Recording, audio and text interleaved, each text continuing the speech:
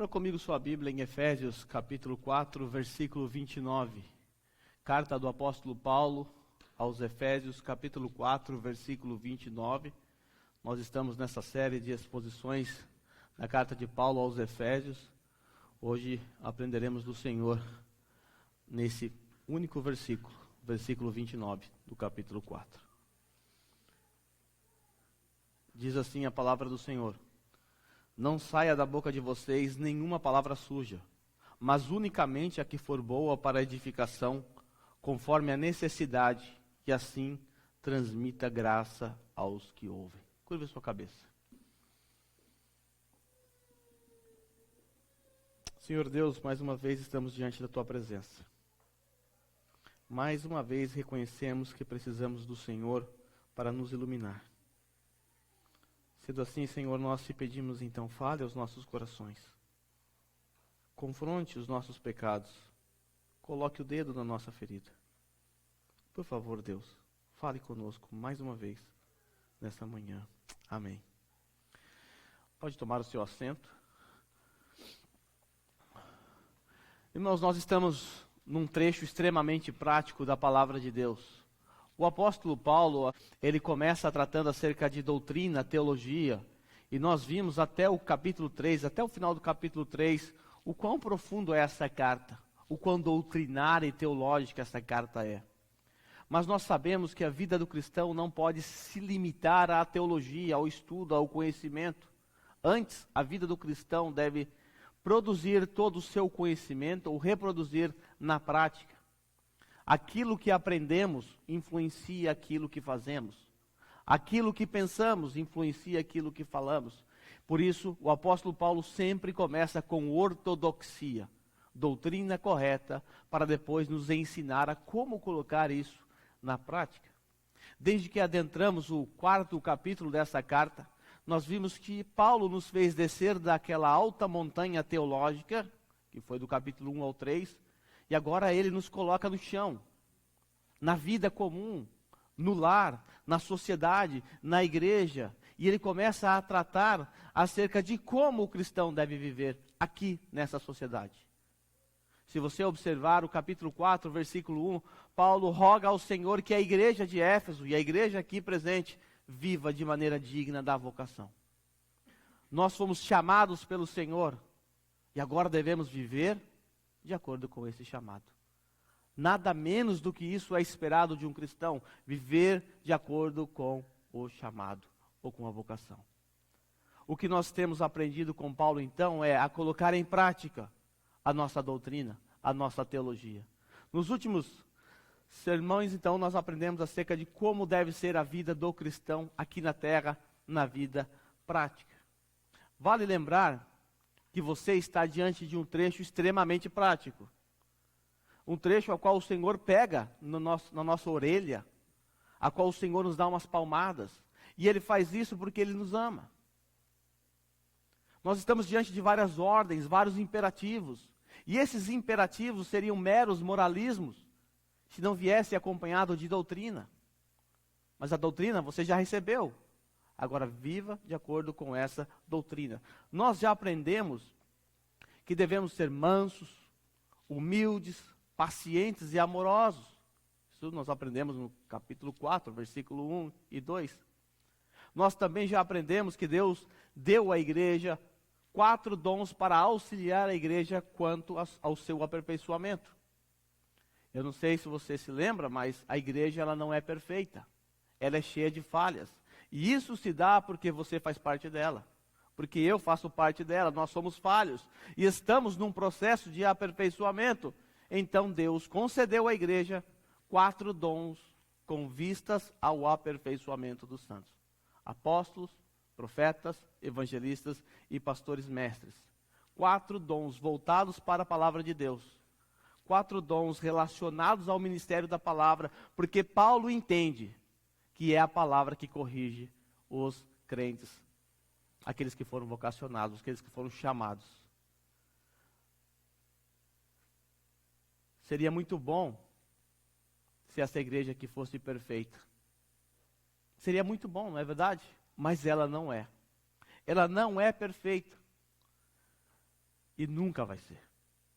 E se ela não é perfeita e nunca será aqui nessa terra, então é preciso que nós olhemos para esses textos, para essas ordens, com todo o conhecimento que nós temos, e então pratiquemos.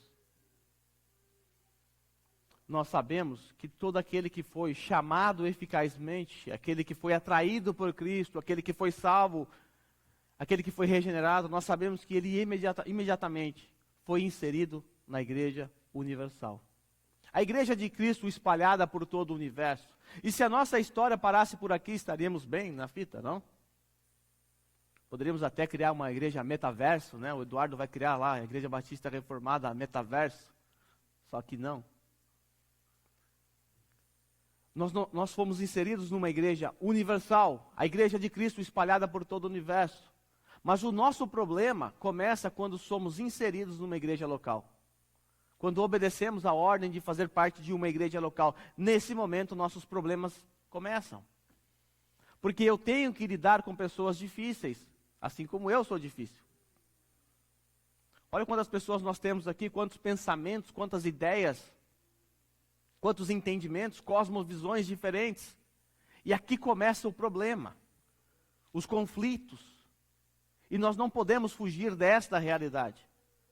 Temos que viver dentro de uma comunidade e aprender a lidar com esses conflitos. O que nós estamos aprendendo aqui hoje nesse sermão é como devemos cuidar da nossa língua. Porque se tem algo que mina o relacionamento de uma igreja, algo que mina a unidade relacional da igreja é a língua. É a língua. Eu tenho que dizer a vocês, meus irmãos, que o que eu vou tratar aqui hoje diz respeito a todo mundo aqui. Ninguém vai sair daqui ileso hoje. Ninguém, absolutamente ninguém. E isso se dá porque você não é perfeito. Você não é perfeito. E você tropeça no seu falar. Se você correr os teus olhos lá para Tiago, capítulo 3, versículo 2. Tiago diz o seguinte: todos tropeçamos de muitas maneiras. Se alguém não tropeça no falar, tal homem é perfeito. Se houver alguém perfeito aqui, levante as mãos que eu preciso te conhecer. Certamente você não teria coragem de fazer isso, porque você se conhece muito bem, você tem espelho na sua casa. Então, isso significa que você é alguém que tropeça no falar. Nós vamos tratar acerca da língua do crente, nós vamos aprender a como usar a nossa língua de maneira correta. Lembra que nós estamos tratando desse trecho ao qual o apóstolo Paulo trabalha com tríades. Ele apresenta o imperativo negativo, o imperativo positivo e a seguir um propósito. Lembra? Não minta, fale a verdade. Propósito, somos membros do mesmo corpo. Não roube. Negativo. Antes, trabalhe com suas próprias mãos. Para quê? Para servir ao próximo. Propósito. E agora a mesma coisa se repete aqui. Nós temos uma ordem negativa, uma ordem positiva e um propósito. Hoje então aprenderemos que o cristão que vive de maneira digna da sua vocação é aquele que transitou do falar torpe para o falar edificante. Ou seja, ele se despiu do falar torpe e se revestiu do falar que traz edificação. Vamos ler mais uma vez o versículo 29, para que fique gravado na sua mente. Não saia da boca de vocês nenhuma palavra suja, mas unicamente a que for boa para a edificação, conforme a necessidade, e assim transmita graça aos que ouvem. Vamos então seguir essa mesma divisão tríplice. Vamos começar pelo imperativo negativo. O imperativo negativo é: não saia da boca de vocês nem uma palavra suja. Dependendo da sua versão, é torpe, né? Mas o que são essas palavras sujas? O que significa essa expressão de Paulo aqui? Algumas pessoas acreditam que essas palavras torpes aqui que aparecem no texto se referem exclusivamente a palavrão. E é assim que a maioria das pessoas usam. Quando vê alguém falando um palavrão, um crente falando palavrão, ele escorregou, falou ali alguma coisa que não deveria. Irmão, cuidado com a palavra torpe aí. Ainda que o palavrão se encaixe perfeitamente nesse contexto, essa palavra que foi usada por Paulo, que é a palavra grega sapros, ela tem um significado mais abrangente. Essa palavra ela era usada para descrever frutas podres.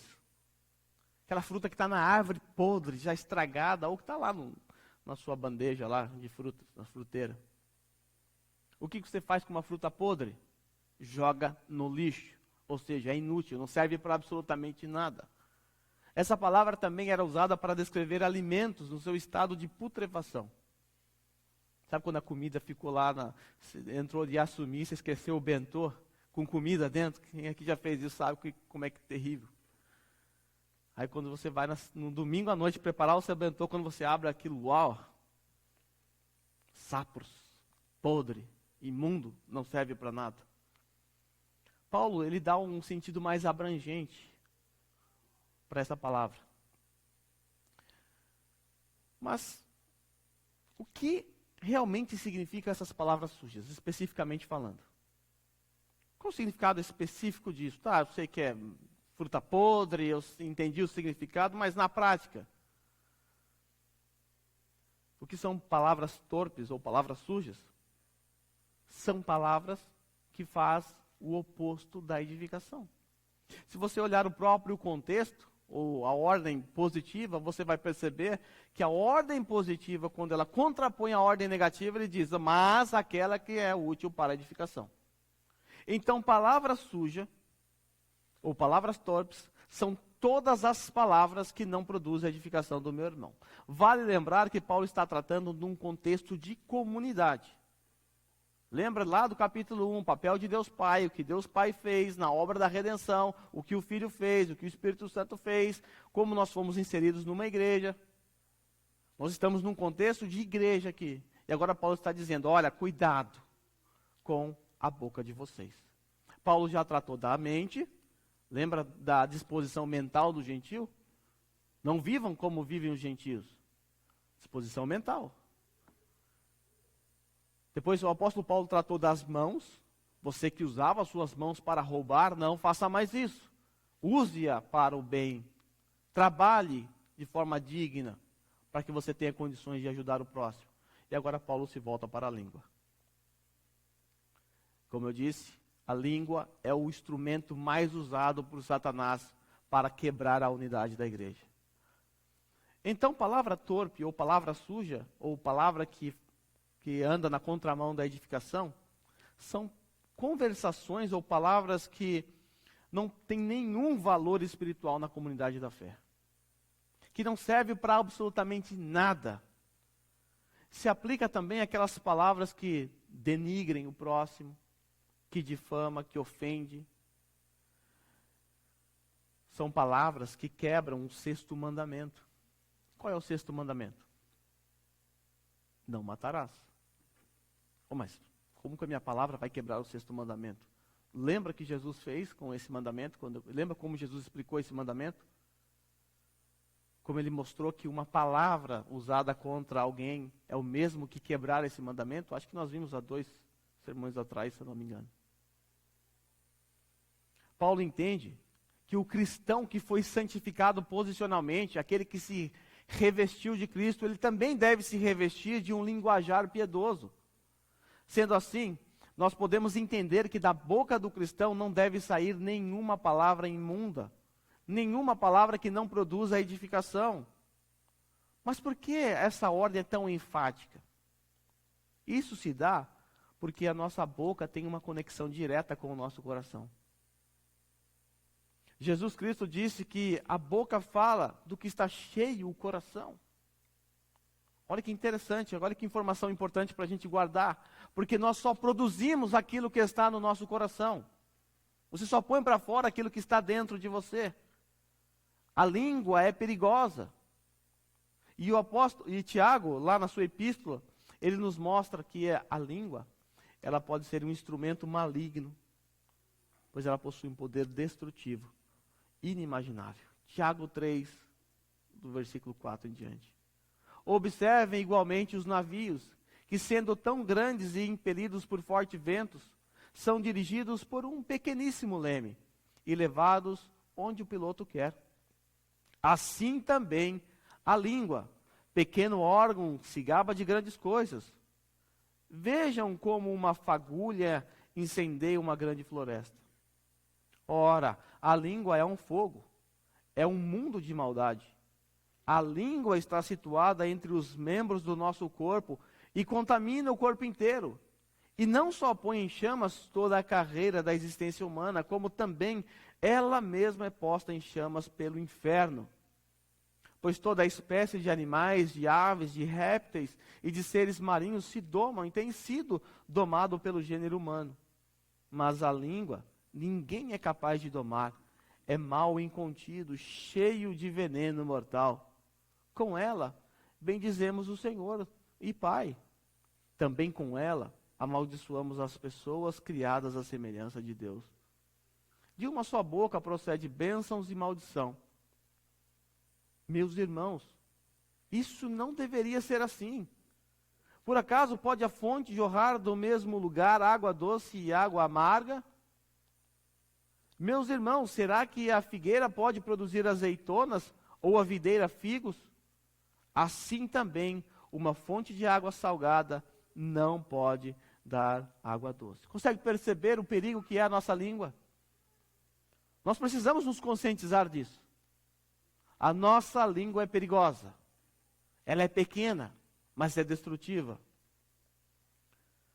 Está explícito para nós, olhando para o texto de Efésios agora, está explícito para nós que o foco do apóstolo Paulo é tratar desse assunto na vida em comunidade. E num contexto de comunidade, eu e vocês precisamos tomar muito cuidado com a nossa língua. Muito cuidado com o que falamos. Por quê? Repito, a nossa língua é o instrumento mais usado pelo diabo para colocar a unidade da igreja em risco. Paulo, em 1 Coríntios capítulo 15, versículo 33, nos adverte dizendo que as más conversações corrompem os bons costumes. Esse texto, o contexto desse texto aponta para a disseminação de heresia dentro da igreja, no seio da igreja, mas pode perfeitamente também ser aplicado a todas as esferas da vida comum. Esse princípio é tão forte que até mesmo os ímpios conseguem entendê-lo. Você já deve ter ouvido a famosa expressão, diga-me com quem andas que eu te direi quem és, né? Um ditado famoso. Minha mãe dizia isso às vezes, para mim quando eu era criança. O que ela queria? Cuidado com quem você anda, porque ela sabia que eu poderia ser influenciado. Aqueles que não obedecem ao que o texto diz e usam as suas línguas para difamar, atacar, caluniar irmãos, esses estão emprestando suas línguas a Satanás. Os tais estão cometendo o terrível pecado de semear contenda entre irmãos. Terrível pecado. E de acordo com Provérbios 6,19, Deus odeia, essa é a palavra que está lá, Deus odeia aqueles que são falsas testemunhas, olha aí, língua, que espalham mentiras, língua, e provocam discórdia entre irmãos com a sua língua. Deus odeia. Precisamos tomar cuidado, porque se Deus odeia, devemos fugir. O apóstolo entende que um dos maiores problemas da igreja é com a língua. Ele entende isso. Ainda no capítulo 5, do versículo 3 ao 6, ele vai retornar para o tópico da língua. Veja o que ele disse aí, do versículo 3 ao 6, capítulo 5. Que a imoralidade sexual e toda a impureza ou avareza não sejam nem sequer mencionadas entre vocês como convém aos santos. Que não seja nem sequer mencionado entre vocês como convém aos santos. Nós vamos aprender esse texto quando chegarmos lá. Mas ele continua ainda falando da língua. Não usem linguagem grosseira, a maneira de falar. Não digam coisas tolas, nem indecentes, pois isso não convém. Pelo contrário, digam palavras de ação de graças. Versículo 6. Não se deixe enganar com palavras vazias, porque a ira de Deus vem sobre os filhos da desobediência por causa dessas coisas. Percebe como a língua, ela, nesse processo de transição aqui de Paulo, ela é fundamental? É importante? Veja como Paulo dá essa ênfase. Quando nós começamos lá no versículo 25 a tratar dessa transição, Paulo também falou da língua. Lembra quando ele disse para se despir da mentira, para não falar mentira, antes de se revestir da verdade? A língua é de fundamental importância para a vida da igreja. O cuidado com a língua. Bem, estas foram orientações negativas. Paulo disse que não deve sair da nossa boca nenhuma palavra suja, nenhuma palavra torpe, nenhuma palavra imunda, nenhuma palavra desprezível, nenhuma palavra que não produza a edificação do próximo. Tá, legal, mas como posso saber se as palavras que ainda estão em minha mente são dignas de serem pronunciadas por meus lábios? Que ela passa por aqui antes. Sei que às vezes a gente fala, o cara não pensa para falar, pensou rápido demais, mas passou pela mente. Como eu faço para saber se aquilo que está aqui é digno de sair por aqui? A resposta está no aspecto positivo do imperativo. Positivo. Mas unicamente a que for boa para a edificação, conforme a necessidade. Esse é o crivo. Será que eu devo falar o que está aqui? Eu devo checar. Essa palavra é boa para a edificação? Ela é boa para a edificação? Se não, morda a sua língua. Nós sabemos que as nossas palavras são frutos daquilo que está no nosso coração. A boca fala do que está cheio o coração. Nós também já aprendemos que o nosso coração é nutrido pelo que pensamos. Ele é nutrido por isso. Lembra da disposição mental dos gentios, descrita nos versículos 17 e 18? Nós vimos que a futilidade dos pensamentos deles, o entendimento obscurecido do gentio, a ignorância quanto ao conhecimento de Cristo, faz com que o coração deles seja petrificado. Agora entenda o raciocínio. A boca fala do que está cheio o coração. O coração se endurece por conta do que eu penso. Sendo assim, o primeiro passo para colocar essa ordem em prática é cuidar da nossa mente. Como que eu cuido da minha língua? Cuidando da sua mente, porque a sua mente vai nutrir o seu coração. O incrédulo, ele tem um coração já endurecido por natureza. Então tudo que ele fala, porque ele fala fruto do seu coração, tudo que ele fala. O crente não. O crente, ele recebeu um novo coração. Agora ele faz o caminho inverso. Ele precisa nutrir esse novo coração com bons pensamentos, com a palavra de Deus. O caminho inverso. Então a boca fala do que está cheio o coração.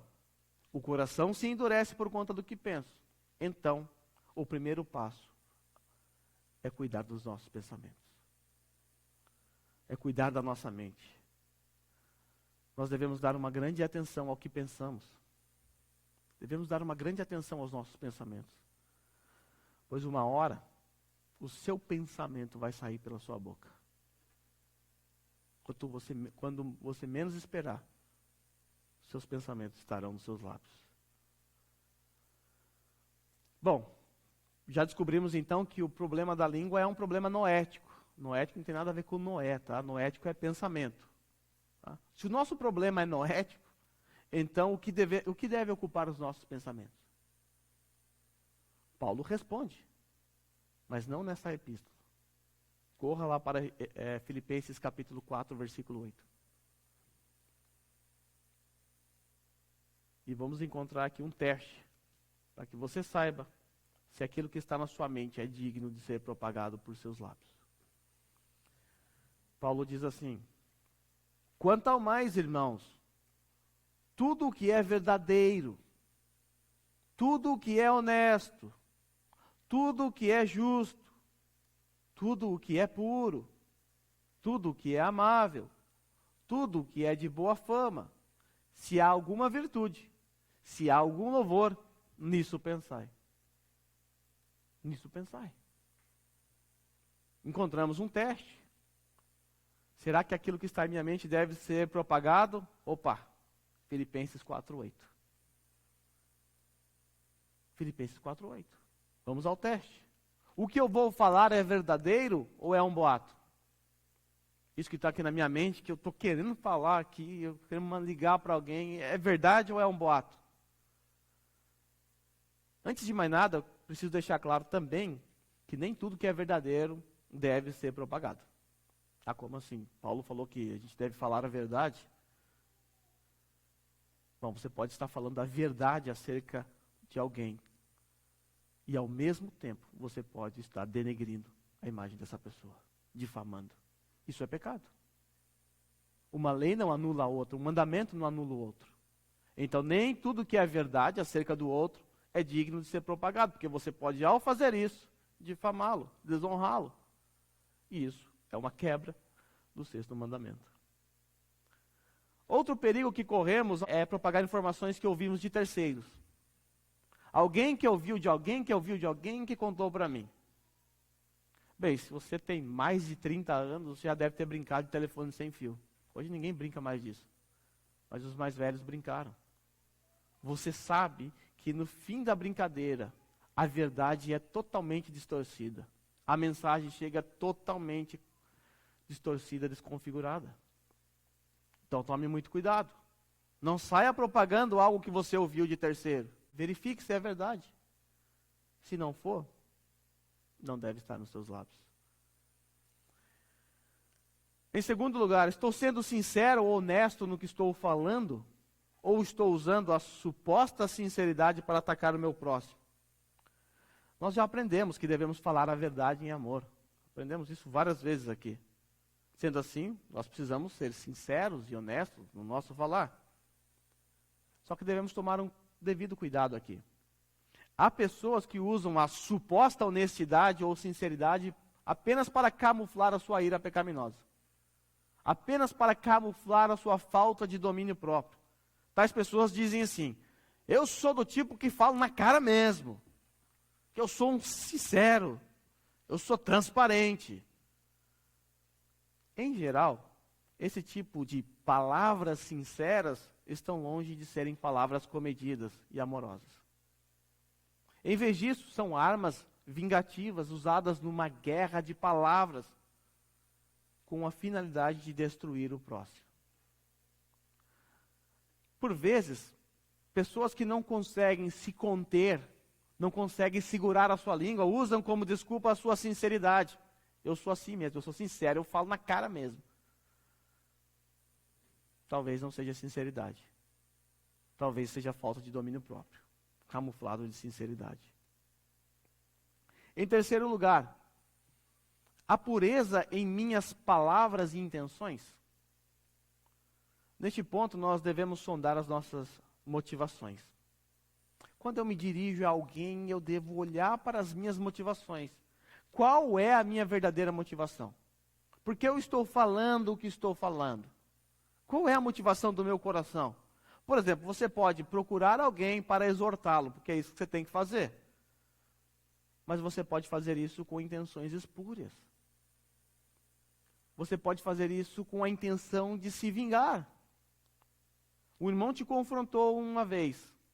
Você não gostou nada disso. E agora você ficou de olho no erro dele, porque ele é falho também, ele vai errar. E agora a sua vez de confrontar. Ó, piedade aqui, confronto, exortação. Mas lá no seu coração é apenas vingança. Na sua mente você está pensando assim: minha é a vingança, diz o Senhor. E não é por aí. Em quarto lugar, o que eu vou falar é justo e puro ou é indecente, cheio de malícias? Será que é marcado de piadinhas de duplo sentido? Em Efésios capítulo 5, 3 a 4, texto que nós lemos, eu vou ler de novo. Paulo diz que a imoralidade sexual e toda impureza ou avareza não seja nem sequer mencionado entre vocês. Por quê? Porque não convém aos santos. Não usem linguagem grosseira. Não digam coisas tolas nem indecentes, pois isso não convém. Olha como Paulo trata. Não convém ao crente. Pelo contrário, o crente é aquele que diz palavras de ação de graças. Nós vamos tratar desse ponto mais especificamente quando chegarmos lá. Em quinto lugar, quando eu falo de alguém, estou falando bem ou difamando? Quando eu falo algo ruim de alguém e é verdade, isso se chama difamação. Quando eu falo algo ruim de alguém e é mentira, é pior ainda. Isso se chama calúnia e difamação. Sendo assim, a única opção que nos resta é quando falar de alguém é falar bem. Um exercício que nós precisamos fazer nesse ponto é nos ouvir. Precisamos nos ouvir, é um exercício que precisamos fazer. Quanto de nossas falas demonstram nossa impaciência e indelicadeza? Quantas palavras são vomitadas a partir do nosso egoísmo e do nosso orgulho? Quão facilmente somos dominados pela ira pecaminosa que desemboca em ataques ao próximo? Quantas vezes o passado é trazido à tona? Quantas vezes falhamos em comunicar a esperança em nossos lares? Quantas vezes nossas palavras são carregadas de ameaças de que estamos cheios e a ponto de desistir? O mau uso da língua, isso. Pare e ouçam as palavras que saem dos seus lábios. Vejam como, por vezes, essas palavras não condiz com a vida cristã descrita por Paulo neste capítulo. Nossos lábios nos oferecem um diagnóstico perfeito acerca do nosso coração. Irmãos, é tempo de confessarmos que não temos experimentado o caminho do amor. Nossas palavras, por vezes, têm atrapalhado e nos afastado do padrão esperado do cristão. A grande questão, a grande pergunta a ser feita, se você não conseguiu guardar nada até aqui, a grande questão é, o que eu vou falar, no que isso edifica o meu irmão? Se você ainda não conseguiu gravar e não escreveu os 5 passos que eu dei, os 5 pontos, pelo menos guarde isso. Guarde essa pergunta fundamental. No que isso que eu vou falar coopera para a edificação do meu irmão? O contrário de edificação do seu irmão são palavras torpes, imundas. Algumas diretrizes para nos ajudar na hora de dirigirmos a alguém nossas palavras. Nós estamos num contexto de comunidade. Todos nós falamos, uns mais, outros menos, mas todos nós falamos. E a comunidade deve se relacionar, deve ser uma comunidade relacional. E o relacionamento é construído com base no diálogo. Não existe relacionamento sem diálogo. Todo relacionamento, seja ele conjugal, na igreja, é construído com base no diálogo. Então nós usamos a palavra, a língua o tempo todo. As palavras são ditas no lar o tempo todo, na igreja o tempo todo. Então algumas diretrizes para nos ajudar na hora de dirigirmos nossas palavras a alguém, para que elas não sejam pedra de tropeço para o trem. Primeiro, devemos avaliar quais tipos de palavra devemos usar. Esse é o primeiro ponto. Você pode até ter a motivação correta, a intenção correta. Mas, ao usar a palavra errada, você pode não alcançar o seu objetivo. O objetivo de edificar o seu irmão. Então é preciso que você tome cuidado com as palavras que você vai usar. Alguns irmãos são mais sensíveis. Alguns irmãos têm dificuldade de entender melhor aquilo que está sendo dito. Então tome cuidado. O seu alvo, o seu propósito é sempre ganhar o coração do seu irmão. O seu propósito é sempre edificar o seu irmão. Então, cuidado com as palavras que você usa. Use palavras que sejam acessíveis aos outros. Eu digo isso porque dependendo das palavras que você usar, você poderá suscitar a ira no coração do seu irmão, mesmo que você não foi com esse propósito. E aí, então, o que vai acontecer? O seu ouvinte vai virar o seu canhão de ira contra você e vai começar a disparar. Geralmente é isso que acontece. O que fazer, então, quando alguém injustamente virar o canhão para você? Porque isso vai acontecer. Você já deve ter passado por isso. O que você faz quando você foi lá com a boa intenção, você está lá exortando o irmão e ele entendeu errado e ficou com raiva de você ali na hora, ficou irado, virou o canhão para você e começou a atirar. O que você tem que fazer nesse momento? Como você deve responder? Eu tenho certeza que se você é um ser humano, assim como eu,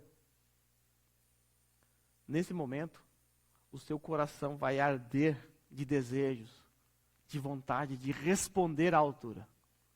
É ou não é? Pisou no meu calo? Eu respondo à altura. Não é assim que a gente pensa às vezes?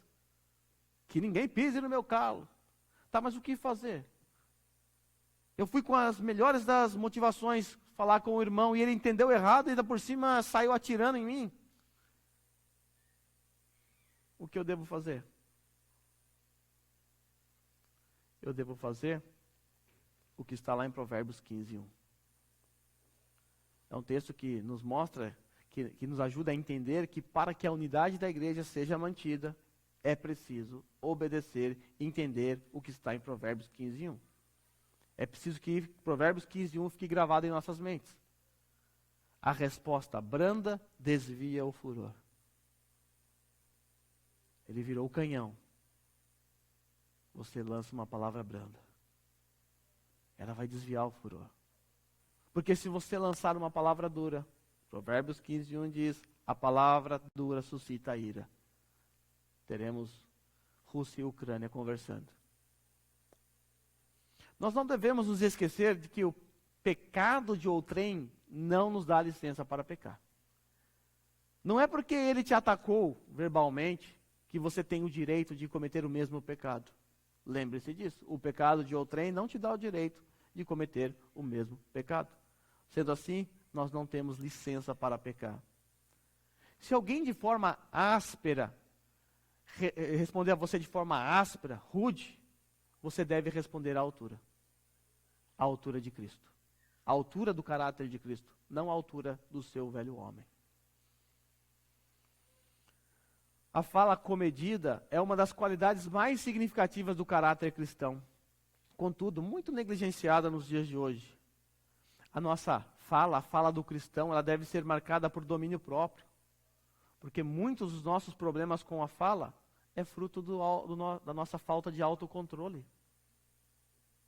É falta do nosso autocontrole.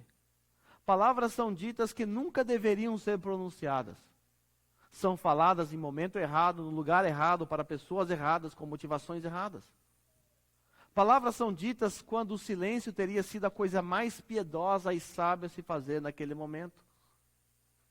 Provérbios 15:23 nos ensina que é bom ter uma resposta adequada no tempo propício. Diz assim, Provérbios 15:23, que alegria é ter a resposta adequada, como é boa a palavra dita na hora certa. Próximo ponto. É preciso também saber comunicar a verdade usando o tom de voz correto. Esse é um ponto bem delicado, principalmente porque nós nos comunicamos por texto, e o texto é morto. Palavras não produzem vidas. As palavras são mortas. Ela fica à mercê da interpretação de outrem. E às vezes você está mandando uma mensagem cheia de amor e carinho, e a pessoa pode estar te interpretando. Poxa, está me atacando, está de maneira rude falando comigo. O que é isso? Isso já aconteceu várias vezes comigo. Eu já interpretei pessoas achando que a pessoa estava me atacando e no fim não estava. Uma ligação resolveu o problema. Então devemos refletir muito quanto ao tom de voz, a maneira de falar com a pessoa, porque podemos ser mal interpretados. E não é isso que você quer. Você quer a edificação do seu irmão. A sua boca não pode produzir palavras torpes, mas antes edificar o seu irmão. Também devemos refletir sobre o momento e o lugar correto para falar. Às vezes falta sabedoria para algumas pessoas que expõem pecados de outrem na frente de outras pessoas. Nós devemos tomar cuidado com isso. Há momentos, há lugar correto para você falar. Nós podemos falar algo ao irmão com a finalidade de trazer edificação, mas o momento pode não ser o melhor momento, nem o melhor lugar. É preciso ser sábio e não falar além do necessário.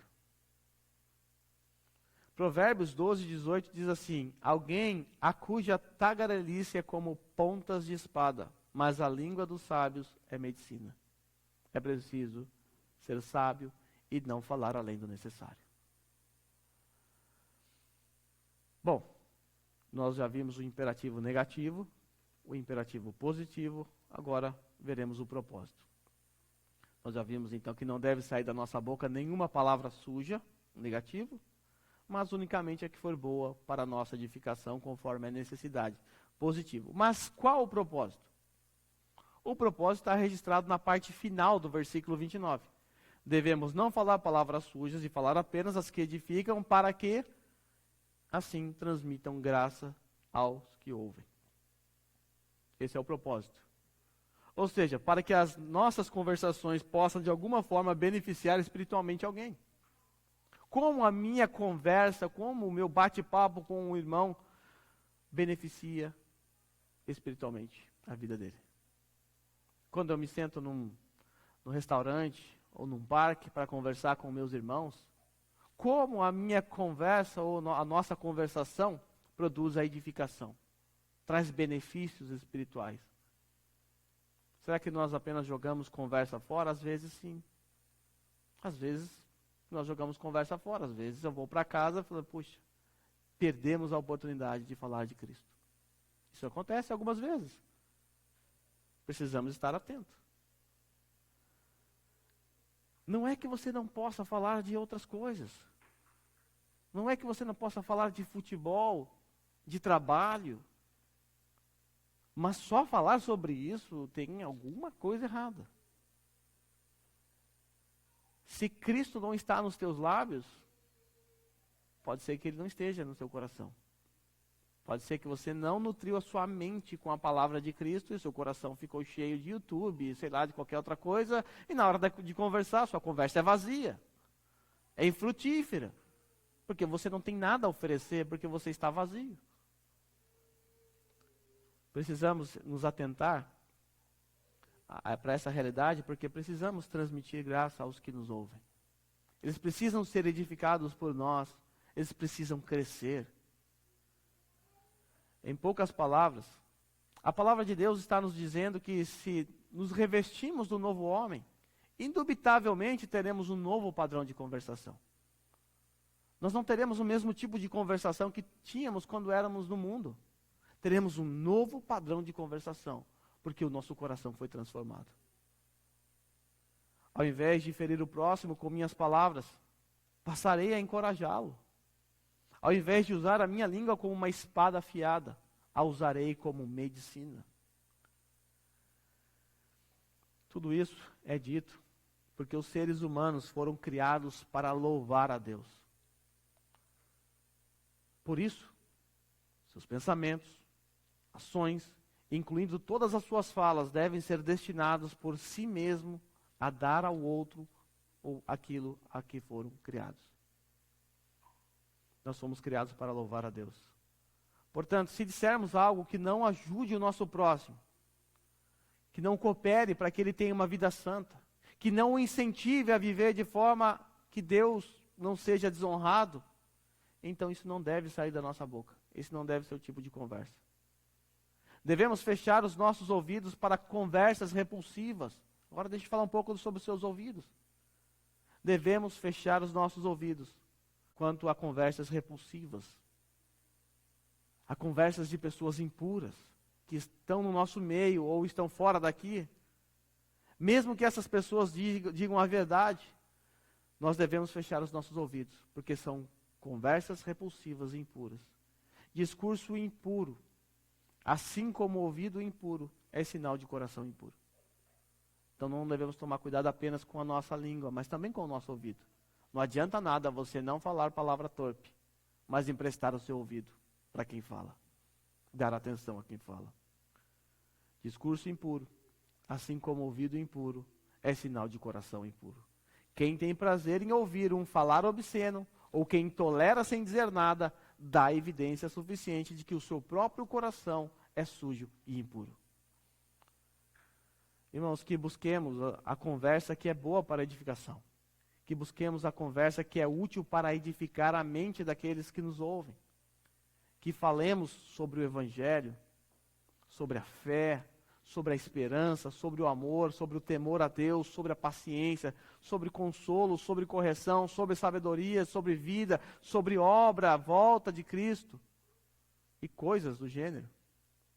Com esse tipo de conversa, os ignorantes são ensinados, os fracos fortalecidos, os pecadores são corrigidos, e os que estão com o coração endurecido são quebrados, e os abatidos são erguidos. Veja como a língua é importante. Que as nossas palavras sejam temperadas com sal, que a nossa língua se afaste da torpeza, e que as palavras dos nossos lábios e o meditar do nosso coração agradem ao Senhor. Que as palavras dos nossos lábios e o meditar do nosso coração agradem ao Senhor. Curva sua cabeça.